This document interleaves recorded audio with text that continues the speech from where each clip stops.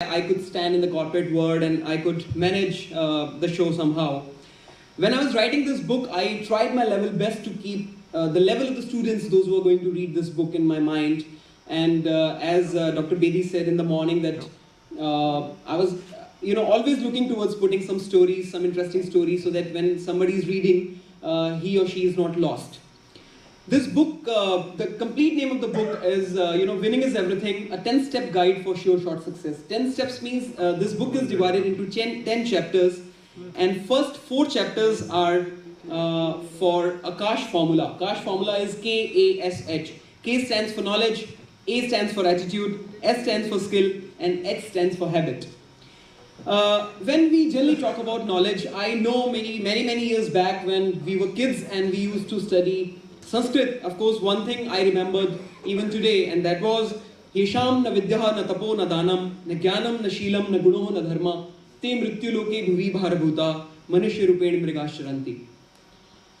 It was explained to me by my teachers that knowledge is power, and that is the base which you should have to be successful in the corporate world. After gaining knowledge, the most important thing, the second thing comes, is the attitude. With the positive attitude, you can learn and gain a lot. Let me share a very small story. एक चौकीदार था जिसका नाम बहादुर था. एक बार जिस bank में वो नौकरी कर रहा था, वहाँ कुछ चोर आए और बहादुर की बहादुरी से वो चोर पकड़े गए. कंपनी बहुत खुश हुई और कंपनी ने बहादुर को बोला कि बताइए आपको क्या इनाम चाहिए. तो बहादुर ने बोला कि साहब जिंदगी हो गया काम करता करता, कभी गोवा नहीं देखा साहब, अगर गोवा भेज दें तो बहुत अच्छा होगा. कंपनी बहुत खुश हुई, उन्होंने बोला बिल्कुल आप जा सकते हैं गोवा, और फुल बोर्डिंग लॉजिंग के साथ बहादुर को गोवा भेजा गया. जब बहादुर शाम को घूम रहे थे गोवा के बीच पे, तो घूमते घूमते एक बॉटल को उनका पाँव लगा और वो बॉटल जाके एक पत्थर से टकराई और टूट गई. उसमें से एक जिनी निकला. तो बोला हु हा, क्या हुक्म है मेरे आका, आपने मुझे आज़ाद किया, आप चाहें तो 4 विश मुझसे मांग सकते हैं. बेचारा बहादुर जी बहुत घबराए और बोले साहब जी कुछ नहीं मांगने का, साहब जी वापस जाने का बोतल में, इतना बड़ा जिन, साहब जी क्या मांगेगा. तो उसने बोला नहीं आप चाहें तो मुझसे मांग सकते हैं. तो बहादुर ने सोचा चलो ट्राई करते हैं, देखते हैं जिन्स होते हैं कि नहीं, और सच में वो विश पूरी करते हैं कि नहीं.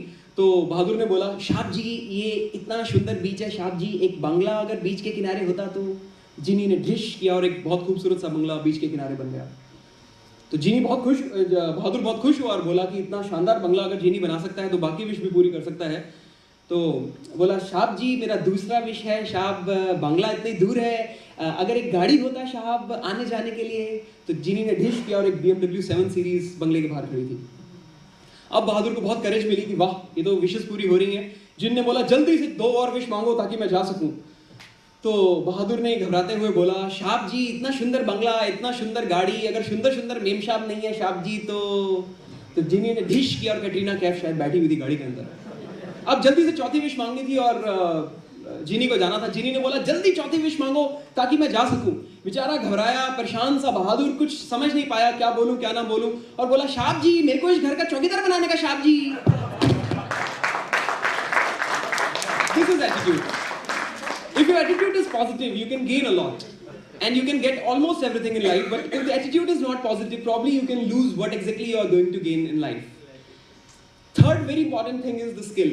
People are really very skillful, and if you are really skillful, of course, जैसे हम बोलते हैं, कबीर जी का एक दोहा मुझे याद आ रहा है, जाति न पूछो साधु की, पूछ लीजिए ज्ञान, मोल करो तलवार का, पड़ी रहन दो म्यान. If you are skillful, people will definitely recognize you. And if you are a sword, nobody can stop you. Of course, success is for you. You are meant to achieve the success. चौथा chapter basically है habits पे, आदतें जो हमारे बीच में काफ़ी सारी होती हैं, बहुत अच्छी बहुत बुरी. कहते हैं सबसे पहले हम एक आदत बनाते हैं और फिर आदत हमें बनाती है.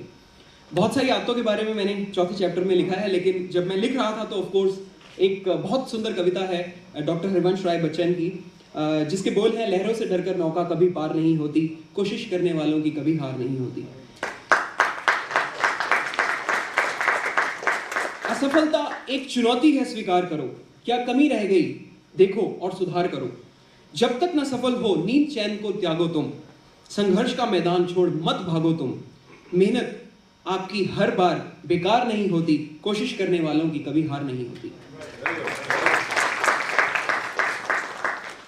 Chapter number 5 is dedicated to the leadership. Of course, a few very prominent leaders, Dr. Ansari, Dr. Kiran Bedi, Mr. S.K. Ghai, Colonel P.S. Bajaj, they are sitting here with us on dais. And what best example can I quote apart from these as far as the leadership is concerned? However, I have quoted a very important leader the world has seen. I think the best leader the world has ever seen, and that is Lord Krishna. I have given Krishna's theory of leadership in the chapter of leadership, where I have shown how, as a situational leader, he changed himself and adjusted himself accordingly, and completely changed the history. Next chapter is dedicated to decision making, where the decision making matrix, which shows the different type of decisions, starting from flip of coin decision to roll of dice decision to a group decision to expert decision, and ultimately leading towards the ideal decisions, are given.